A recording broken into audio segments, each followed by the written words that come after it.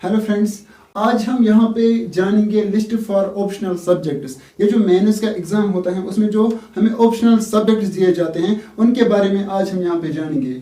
पहले ही यहाँ पे दिया गया है एग्रीकल्चर। ये जो एग्रीकल्चर सब्जेक्ट है ये कोई भी स्टूडेंट एज ऑप्शनल ले सकता है, जिसमें उसको 2 पेपर्स देने पड़ते हैं। उसमें जो पहला पेपर होता है उसमें 250 मार्क्स मिलते हैं और जो फिर दूसरा ऑप्शनल पेपर होता है उसमें भी 250 मिलते हैं। अगर कोई भी स्टूडेंट लेना चाहेगा वो एग्रीकल्चर एज ऑप्शनल सब्जेक्ट ले सकते हैं फॉर द मेंस।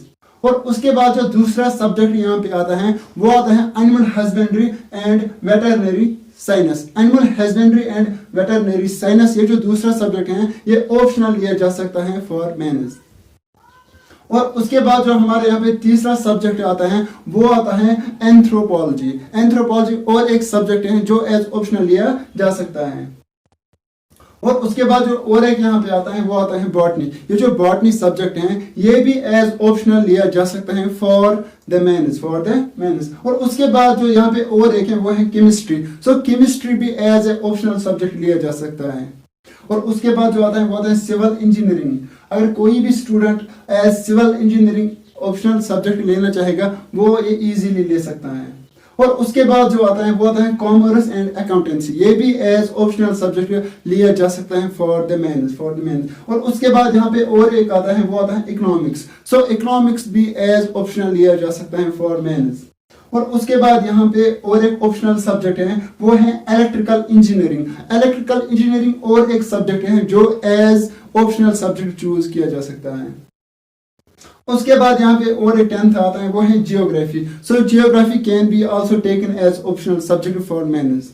और उसके बाद यहाँ पे जियोलॉजी। ये जो जियोलॉजी है ये भी एज ऑप्शनल सब्जेक्ट लिया जा सकता है। और उसके बाद यहाँ पे हिस्ट्री आती है। हिस्ट्री भी एज ऑप्शनल सब्जेक्ट लिया जा सकता है। और उसके बाद लॉ, उसके बाद मैनेजमेंट और मैथमेटिक्स के भी एज ऑप्शनल सब्जेक्ट लिया जा सकता है। और उसके बाद मैकेनिकल इंजीनियरिंग और medical science, philosophy, physics, political science and international relation. ये जो पॉलिटिकल साइंस और इंटरनेशनल रिलेशन है ये भी एज ऑप्शनल सब्जेक्ट लिया जा सकता है। और उसके बाद आता है यहाँ पे साइकोलॉजी। साइकोलॉजी भी एज ऑप्शनल सब्जेक्ट लिया जा सकता है फॉर द मेंस। और उसके बाद पब्लिक एडमिनिस्ट्रेशन ये भी एज ऑप्शनल सब्जेक्ट लिया जा सकता है। और उसके बाद सोशियोलॉजी भी एज ऑप्शनल सब्जेक्ट लिया जा सकता है फॉर द मेंस। उसके बाद स्टैटिस्टिक्स और जो लास्ट में है वो है ज़ूलॉजी।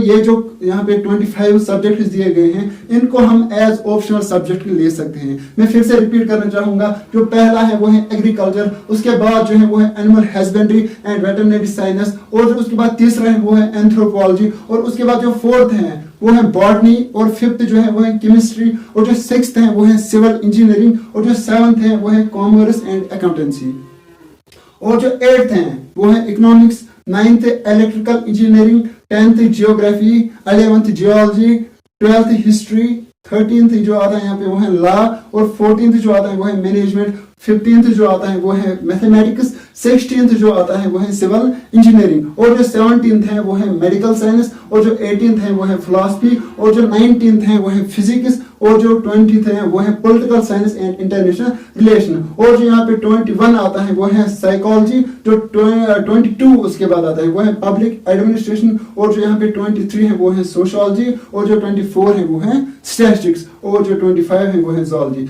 ये जो 25 सब्जेक्ट्स यहाँ पे दिए गए हैं हम इनको एज ऑप्शनल ले सकते हैं।